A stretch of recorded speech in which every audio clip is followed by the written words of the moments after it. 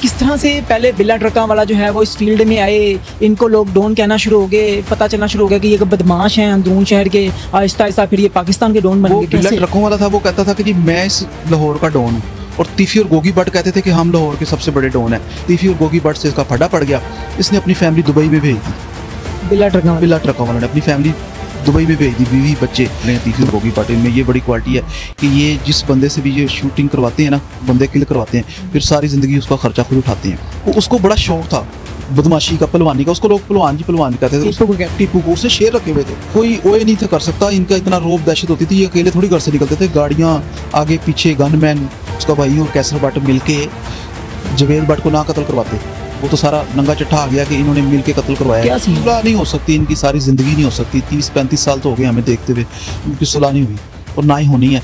ये बिलाज कंपनी ने उनको रैकी के लिए शूटर हायर किए हुए हैं। उधर से तीफी भट्ट और गोगी भट्ट ने शूटर हायर किए हुए हैं कि ये पता करें बिलाज का भाई किधर है, कैसर भट्ट किधर है, इनकी रैकी करें और इनको हिल करें हमारे साथ। अस्सलाम वालेकुम नाज़रीन, मैं आपका मेज़बान उस्मान और आप देख रहे हैं मेरा पंजाब। नाज़रीन, आज की इस वीडियो में आपको बताएंगे कि किस तरह से बिल्ला ट्रका वाला और टीपू ट्रका वाला की दुश्मनी तीफी भट्ट से हुई, और जब स्टार्ट में ये लड़ाई जो है वो स्टार्ट हुई तो उस वक्त के मुहरकात क्या थे, किस तरह सारे मामला हुए, और आज जो है वो बिलाज भी चले गए और आज तक ये दुश्मनी जो है वो अपने अरूज पे है। अभी जो है रिसेंटली जवेद भट्ट जो है उनका भी मर्डर हो गया है। मेरे साथ इरफान चौक साहब मौजूद है जो कि सीनियर क्राइम रिपोर्टर है। इनसे बात करेंगे और जानेंगे कि आखिर ये स्टार्ट किस तरह से हुआ जब बिल्ला ट्रका वाला का मर्डर हुआ, और उसके बाद फिर ये एक जो लाइन है ये चलती गई और आज यहाँ तक पहुँच चुकी है। अस्सलाम वालेकुम सर। जी वालेकुम सलाम। कैसे हैं आप? मैं बिल्कुल ठीक। सर बताइएगा कि किस तरह से पहले बिल्ला ट्रका वाला जो है वो इस फील्ड में आए, इनको लोग डॉन कहना शुरू हो गए, पता चलना शुरू हो गया कि ये बदमाश हैं अंदरून शहर के, आहिस्ता आहिस्ता फिर ये पाकिस्तान के डॉन बन गए। कैसे भाईजान ये ऐसे बदमाश बने, इनकी आपस में टसल चलती थी। वो बिल्ला ट्रकों वाला था, वो कहता था कि जी मैं इस लाहौर का डॉन हूँ, और तीफी और गोगी भट्ट कहते थे कि हम लाहौर के सबसे बड़े डॉन हैं। इनके ऊपर मुतअद्दिद FIR हैं, कत्ल की, कब्जे की, लड़ाई झगड़े की, हवाई फायरिंग की। जब एक बंदे का मकान या प्लाट या घर तीफी भट्ट के पास बंदे जाते हैं कि जी लक्ष्मी में एक प्लाट था कार्नर के ऊपर, वो कमर्शियल प्लाट था, वो एक बंदे का था। उसने तीफी भट्ट को कहा जी ये जो प्लाट है ना, इसके ऊपर मुझे तंग कर रहा है ट्रकों वाला। उन्होंने कहा जी ये प्लाट आप हमें दे दें, हम संभाल लेंगे बिल्ला ट्रकों वालों को। इस वजह से इनकी ये दुश्मनी चलती आई, उस वजह से इनके 3-4 मर्डर भी हो गए और अभी तक होते जा रहे हैं। जो बिल्ला ट्रकों वाला था ना, इसको पहलवानी का बड़ा शौक था, इसने शेर भी रखे हुए थे, ये लोगों में बड़ा मशहूर था, इसने गनमैन भी बहुत रखे हुए थे। और इसकी जो सबसे बड़ी क्वालिटी थी, ये पैसा बहुत ज़्यादा खर्च करता था पुलिस वालों के ऊपर, बेतहाशा पैसा खर्च करता था ताकि मेरी इनके साथ तल्लुकात रहें और फिर मैं बदमाशी अरूज पे रखूं। इसी दौरान तीफी और गोगी भट्ट से इसका फटा पड़ गया, इसने अपनी फैमिली दुबई में भेज दी। बिल्ला ट्रका वाला ने अपनी फैमिली दुबई में भेज दी, बीवी बच्चे दुबई में रहने लग पड़े। और ये 3 माह के बाद 6 माह के बाद दुबई जाता था, 10 दिन 15 दिन महीना रह के वापस आ जाता था। इनकी जब फाइट हद से ज़्यादा बढ़ गई, इनके भी बंदे डैमेज हुए, इनकी गोलियाँ चली एक दूसरे के खिलाफ, दोनों पार्टियों के बंदे मरे। लेकिन सिविल कोर्ट के बाहर जो लड़ाई हुई उसमें भी 6 बंदे डैमेज हो गए थे। किनके बंदे डैमेज हुए और किसने? तीफी भट्ट कंपनी ने बंदे मरवाए थे। वो खुद तो नहीं थे मौके पे आए, लेकिन उन्होंने वहाँ पे अपने शूटर भेजे थे, आके बिल्ला ट्रका वालों को फायरिंग की, जिसमें बिल्ला ट्रका वाला तो बच गया, लेकिन इनके 6 बंदे मौके पे हलाक हो गए, जिनमें उसके गनमैन और जो इनके कार खास वो फोत हो गए। इसी तरह फिर 2010 में ये दुबई से आ रहा था, तीफी भट्ट ने और गोगी भट्ट ने मिल के इनके ऊपर हमला करवाया शूटर के जरिए। आज हमला हुआ एयरपोर्ट के अंदर उधर एयरपोर्ट से ये बाहर आ रहा था, उधर ही हमला करवाया और ये मौके पे फोत हो गया। उसका जो शूटर था आज भी कोट लखपत जेल के अंदर है। उसने बाद में आके बयान दिया जी मेरी इसके साथ ज़ाती दुश्मनी थी, तो मैंने अपनी दुश्मनी की वजह से मारा, मुझे गोगी और तीफी भट्ट ने नहीं बोला। इस तरह करके तीफी और गोगी भट्ट क्लियर हो गए और आज भी वो उस शूटर को पैसे दे रहे हैं, उनकी फैमिली को पाल रहे हैं। तीफी और गोगी भट्ट, इनमें ये बड़ी क्वालिटी है कि ये जिस बंदे से भी ये शूटिंग करवाते हैं ना, बंदे किल करवाते हैं, फिर सारी ज़िंदगी उसका खर्चा खुद उठाते हैं। इस तरह अब देखें, अब ये भी शूटरों ने मारा है। तीफी भट्ट के शूटर आए, बिलाज को कत्ल करके चले गए। उसके बाद बिलाज एंड कंपनी ने शूटर हायर किए, उन्होंने तीफी भट्ट के और गोगी भट्ट के बहनोई कैसर भट्ट जवेद भट्ट को कत्ल करवा दिया। ये शूटरों के जरिए बंदे मरवाते हैं, अपना धाग लगाते हैं और लोगों में दहशत वहशत फैला देते हैं। जब भी ये घर से बाहर निकलते हैं, कम से कम कोई 4-5 डाले आगे पीछे होते हैं, 20-25 गनमैन होते हैं, जिधर ये जाके खड़े हो जाते हैं। जिसका प्लाट होता है, जिसका बंगला होता है, जिसका प्लाजा आता है, वो खुद ही कहता है भाई मैं फड्डों से दूर रहता हूँ, ये तो मुझे मार ही देंगे, लिहाजा औने पौने में वो सौदा करके तो इनको दे के चला जाता है। मतलब कब्जा इस तरह से करते हैं कि कम पैसों में उनसे ले लेते में सौदा लेते हैं, ये 25 पैसे में सौदा लेते हैं और पार्टी खुद ही डर के इनको दे देती है। उनको पता है कि इन्होंने तो आगे 10-10 15-15 बंदे मारे हुए हैं, इनका कोई कुछ नहीं हुआ आज तक। ये कभी जेल जाते हैं 3 महीने बाद 2 महीने बाद जमानतें करवा के बाहर आ जाते हैं। और हम बेहतर है कि इस दिन से अपनी जान छुड़वा लें। अगर हमारा करोड़ रुपए का घर है तो हम इनको 25 लाख रुपए में दे के तो चले जाएं, बेहतर है। टीपू ट्रक्का वाला की ज़िंदगी कैसे स्टार्ट हुई? जब बिल्ला ट्रक्का वाला जो है उनका मर्डर हो गया, उनका बेटा टीपू जो है वो जब इस फील्ड में आया, जब उसने होश संभाली, उसके बाद मामला किस तरह से चले? फिर उससे मामला इस तरह चले कि उसको बड़ा शौक था बदमाशी का, पहलवानी का। उसको लोग पहलवान जी पहलवान कहते थे। टीपू को उसने शेर रखे हुए थे, और वो उधर अपने पूरे इलाके में मशहूर था टीपू शेरा वाला। उसने शेर रखे हुए थे लोगों को दहशत फैलाने के लिए। लोग, आपको पता है, शेर देख के वैसे डर जाते हैं। और पहले आज से 20 साल 15-25 साल पहले तो आम लोग तो सोच भी नहीं सकते शेर रखना, इसलिए कि शेर की खुराक बहुत महंगी होती है। उसको पालना, उसको देखभाल करना बड़ा मुश्किल काम होता था आजकल की बनिस्बत। लेकिन फिर इनका नाम टीपू ट्रक्का वाला किस तरह से मशहूर? हाँ जी, वो टीपू ट्रक्का वाला इस तरह मशहूर हुआ कि इनके होते थे ट्रक जो कराची में जाते थे, पेशावर में, मर्दान में, मुल्तान में, पूरे पाकिस्तान में इनका लोड सामान जाता था। बिल्टी का काम था, ट्रांसपोर्ट का। ये किराए पे ट्रक देते थे। जैसे आपने यहाँ से लाहौर से गंदम भेजनी है कराची, इधर से आपका ट्रक जाएगा, ये बीच में किराया लेते थे और वो लाखों रुपए में उस वक्त भी किराया लेते थे और आज भी लेते हैं। तो इस वजह से इनका नाम पड़ गया था बिल्ला ट्रक्का वाला, टीपू ट्रक्का वाला। और टीपू ट्रक्का वाला जो है, इन्होंने अपनी कितनी ज़िंदगी गुजारी और ज़िंदगी में इनके भी फटे रहे, इनके भी मामला इनके बेतहाशा फटे रहे। इनको तरफ तो कोई ओए नहीं था कर सकता। इनका इतना रोब दहशत होती थी, ये अकेले थोड़ी घर से निकलते थे। गाड़ियाँ आगे पीछे, गनमैन। इनको शौक पड़ गया कि यार ये बदमाशी की लाइफ तो बड़ी अच्छी है, जिसको मर्जी फ़ोन करो, कब्जा छुड़वा लो, जिसको मर्जी जो मर्जी फटीक डाल दो। ये सिर्फ और सिर्फ पुलिस वालों को पैसे खिलाते थे और किसी को कुछ नहीं थे देते। तो फिर आखिरकार जो टीपू ट्रक्का वाला है, इनका भी मर्डर हुआ और किस तरह से हुआ? टीपू का जो मर्डर हुआ है वो तो अपनी गढ़ पे जा रहा था, टांगे पे।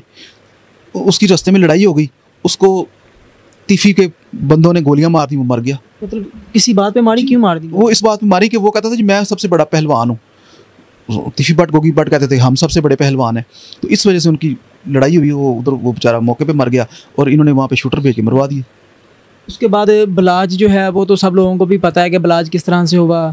उसमें भी जो हाथ है वो गोगी और तीफी का ही है या तीफी का सिर्फ खाली? दोनों का, गोगी और तीफी दोनों कज़न है। ये दोनों एक दूसरे का बिजनेसमैन है। एक ही, मतलब कि एक जैसे एक पार्टी होती है उसमें 5-6 लोग होते हैं, तो वो एक बंदे से थोड़ी सारी पार्टी चलती है। ये भी इनकी पार्टी है, ये दोनों भाइयों की पार्टी है। जैसे अब देखें कि बिलाज कत्ल हुआ, उसमें कैसर घुसा है कि जी कैसर का भी पर्चे में नाम आ गया। ये पार्टी होती है इसी तरह वो। लेकिन तीफी और गोगी दोनों रिश्तेदार हैं, कज़न है। और कैसर और बिलाज भी रिश्तेदार नहीं, ये सिर्फ दोस्त हैं। लेकिन अब जो है वो शूटर्स थे, पकड़े गए, आरिफ रह गया। अब आरिफ अभी तक नहीं पकड़ा गया और जो शूटर्स हैं उनमें से भी कुछ ज़राए के मुताबिक हमें पता चला कि किसी का मर्डर या किसी को जो है वो शूट किया गया है। ऐसी कोई है? नहीं, किसी को शूट नहीं किया गया। अभी आरिफ पकड़ा भी नहीं गया। जिस दिन आरिफ पकड़ा जाएगा उसी दिन CIA में प्रेस कॉन्फ्रेंस होगी, इसलिए 1 महीने से भी ऊपर हो गया है मर्डर को और अभी तक कोई प्रेस कॉन्फ्रेंस नहीं हुई CIA की। अभी भी, कल भी CIA वालों ने जो रिकवरियाँ हुई हैं दूसरे मर्डर केसों के अलावा, डकैतियाँ, रॉबरी, कत्ल के अलावा जो भी जितने भी लोगों का माल मसरूका बरामद हुआ है, कल भी DIG साहब ने खुद सबको बुला के तो माल उनको वापस किया है। प्रेस कॉन्फ्रेंस नहीं की, वो इसलिए नहीं प्रेस कॉन्फ्रेंस हो पा रही कि ये केस के बारे में पूछेंगे सहाफ़ी, तो फिर वो केस अभी बीच में लटका हुआ है। जब तक आरिफ नहीं पकड़ा जाएगा, गोगी नहीं पकड़ा जाएगा, तीफी नहीं पकड़ा जाएगा, बिलाज के भाई नहीं पकड़े जाएंगे, तो ये केस तो वहीं का वहीं रहेगा। इस वजह से वो इस को मद्देनजर रखते हुए प्रेस कॉन्फ्रेंस भी कर रही CIA वाले। बिलाज के हवाले से लोग कमेंट करते हैं कि बिलाज को इंसाफ मिलना चाहिए, बिलाज के लिए दुआएं करते हैं। आप भी कहते हैं कि बिलाज के लिए दुआ होनी चाहिए? दुआ होनी चाहिए। वो हमारा मुसलमान भाई था, पाकिस्तानी था। लेकिन अब कमेंट्स में करके बताएं कि उसको कैसे इंसाफ मिले। हमें भी बता दें कि यार इस तरह कर लो, उसको इंसाफ मिल जाएगा। और माय डियर, इंसाफ तो तब उसको मिलना था ना कि वो उसका भाई और कैसर भट्ट मिलके जवेद भट्ट को ना कत्ल करवाते। वो तो सारा नंगा चट्ठा आ गया कि इन्होंने मिल के कत्ल करवाया है। तो अब उसका इंसाफ को तो अल्लाह ही दे सकता है, बंदा कोई इंसाफ नहीं किसी को दे सकता। अगर किसी के पास कोई ऐसी है चीज़ हमें बताए कि इस तरह करें उसको इंसाफ मिल जाएगा, तो हम अगली दफ़ा उस पे प्रोग्राम कर लेंगे। और सुलह जो है, सुलह के हवाले से अभी भी कुछ मतलब कि ना, मैं 50-50 कहूँगा कि सुलह होनी है नहीं होनी, क्योंकि एक तरफ पता चलता होनी है, फिर दोबारा अपडेट आ जाती है कि कोई चांस नहीं बन रहा। तो क्या सुलह नहीं हो सकती, इनकी सारी ज़िंदगी नहीं हो सकती। 30-35 साल तो हो गए हमें देखते हुए, इनकी सुलह नहीं हुई और ना ही होनी है। अब हमारे पास जो हमारे ज़रिए ने बताया ना, तीफी भट्ट ने ये कहा है कि अगर ये मेरे बेटे को या मेरे भाई को कत्ल कर देता ना तो मैं इससे सुलह कर लेता। अब इसने मेरी बहन के मियाँ को कत्ल किया है, मेरे बहनोई को कत्ल किया है, मैं इसको नहीं छोड़ूंगा। मतलब कि तीफी अब छोड़ने नहीं चाहिए। नहीं, अब तो ये हो नहीं सकता, ये पॉसिबिलिटी नहीं है कि इनकी सुलह हो जाएगी, क्योंकि ना कोई सुलह करा सकता है, ना इनकी सुलह होनी है। नया खून है इधर और इधर बूढ़ा खून है। ओल्ड इज़ गोल्ड, नवा 9 दिन तो पुराना 100 दिन। वो बच्चों की भी ऐसी नेचर है कि इसने हमारे बाप को, दादा को, भाई को कत्ल किया, हम नहीं इनको छोड़ेंगे। उधर से उनकी भी ये नेचर है कि इन्होंने हमारे बहनोई को कत्ल किया, हम नहीं इनको छोड़ेंगे। और ये अब अल्लाह के फजल करम से बाहर के मुल्कों में रहेंगे ज़्यादा। इनके लिए, दोनों के लिए यही हल है। अगर मेरे से कोई हल पूछे ना, तो इनके लिए एक ही हल है, दोनों अपनी पार्टियां और अपनी सारी प्रॉपर्टियां बेचें, बाहर के मुल्क जाके आराम से अपनी ज़िंदगी गुजारें। इनके पास इतने पैसे हैं कि इनकी 7 नस्लें भी खाएंगी तो पैसे नहीं ख़त्म होंगे। तो अगर ऐसा नहीं करेंगे तो फिर इनकी नस्लें बर्बाद ही होंगी। कभी किसी का कोई मर गया, कभी उनका कोई मर गया, मरते ही रहने हैं। अब काम दोनों तरफ से चल पड़ा है। अब जो यंग जनरेशन है, इसने भी तहिया कर लिया, इसने भी सर पे कफन बांध दिया कि हम भी 109 ही करवाएंगे, हमारे पास भी इतने पैसे हैं कि हम भी पैसे दे के मर्डर करवाएंगे, जैसे तीफी गोगी ने करवाए हैं। शूटर्स वाला रिवाज जो है, ये आपको लगता है कि ये मतलब पीक पकड़ेगा और लोग शूटर्स के थ्रू लोगों को मरवाया? बिल्कुल। शूटरों को तो, कई शूटरों को तो उन्होंने रैकी के लिए रखा हुआ है कि जी इनका पता करें ये किधर हैं, गोगी भट्ट के रिलेटिव किधर हैं, तीफी भट्ट के रिलेटिव किधर हैं। ये ब्लाज कंपनी ने उनको रैकी के लिए शूटर हायर किए हुए हैं। उधर से तीफी भट्ट और गोगी भट्ट ने शूटर हायर किए हुए हैं कि ये पता करें ब्लाज का भाई किधर है, कैसर भट्ट किधर है, इनकी रैकी करें और इनको किल करें हमारे से पैसे। ये भी अपडेट है कि इन्होंने किसी और कंट्री से शूटर्स नहीं मंगवाए हैं अब? नहीं, कंट्री पाकिस्तान की शूटर आएंगे, कंट्री वालों तो इधर शूटर हमारे इधर नहीं चल सकते ना, उनको पता ही नहीं है ग्वाल मंडी किधर है, इकबाल टाउन किधर है, टाउनशिप किधर है, ग्रीन टाउन किधर है, वो नहीं ये काम कर सकते। जो मुकामी शूटर हैं लाहौर के, वही कामयाब है। ना यहाँ पे कराची के शूटर कामयाब है, ना ही आउट ऑफ सिटी के और ना ही आउट ऑफ कंट्री के शूटर कामयाब है। इधर सिर्फ लाहौरिये और जो पंजाब के शूटर, दोनों के वही शूटर कामयाब। उनको हर इलाके का, हर बंदे का पता होता है, बोली, लैंग्वेज, ज़ुबान, उससे चीज़ को समझते हैं, तो वो इधर कामयाब है, अदरवाइज़ बाहर के नहीं कामयाब। नाज़रीन, आपने तमाम तरह इनकी बातें सुनी हैं कि अब इस केस के हवाले से क्या चीज़ें हैं। ऑलमोस्ट ये केस अगर देखा जाए तो इसमें कोई नई अपडेट नहीं है, अपडेट्स पहले वाली ही हैं। आरिफ जो है वो गिरफ्तार नहीं हो रहा, और इंटरम जो है इन्होंने वो भी करवाई थी आरिफ ने। नहीं करवाई, कोई नहीं करवाई, वो फरार है, उसको किसी ने फरार है। हाँ, कोई इंटरम नहीं करवाई, उसको पता ही नहीं है। इंटरम तो उसकी होनी नहीं है, वो जहाँ अगर अदालत में भी जाएगा उसको उधर से पकड़ लेना है पुलिस ने, सीआईए वालों ने। उसकी इंटरम वाला कोई चक्कर नहीं है, हाई प्रोफाइल केस है ये, इंटरम नहीं होनी किसी की भी। सीधी गोलियां पड़नी है इनको, जो भी नजर आ गया, जहाँ तो ये गोली लगेगी इनको, यहाँ फिर सीधा सीआईए में जाएंगे, इनकी तफ्तीश होगी और फिर सारी बात की सामने आएगी। नाज़रीन, आपने इनकी तमाम तरह गुफ्तगू सुनी है। आप ब्लाज के हवाले से और इस केस के हवाले से अपनी क्या राय रखते हैं? अपनी कीमती राय का इजहार कमेंट सेक्शन में ज़रूर कीजिएगा। इसी के साथ अपने मेज़बान को इजाज़त दीजिए। देखते रहिए मेरा पंजाब, तब तक के लिए अल्लाह ने के बाद।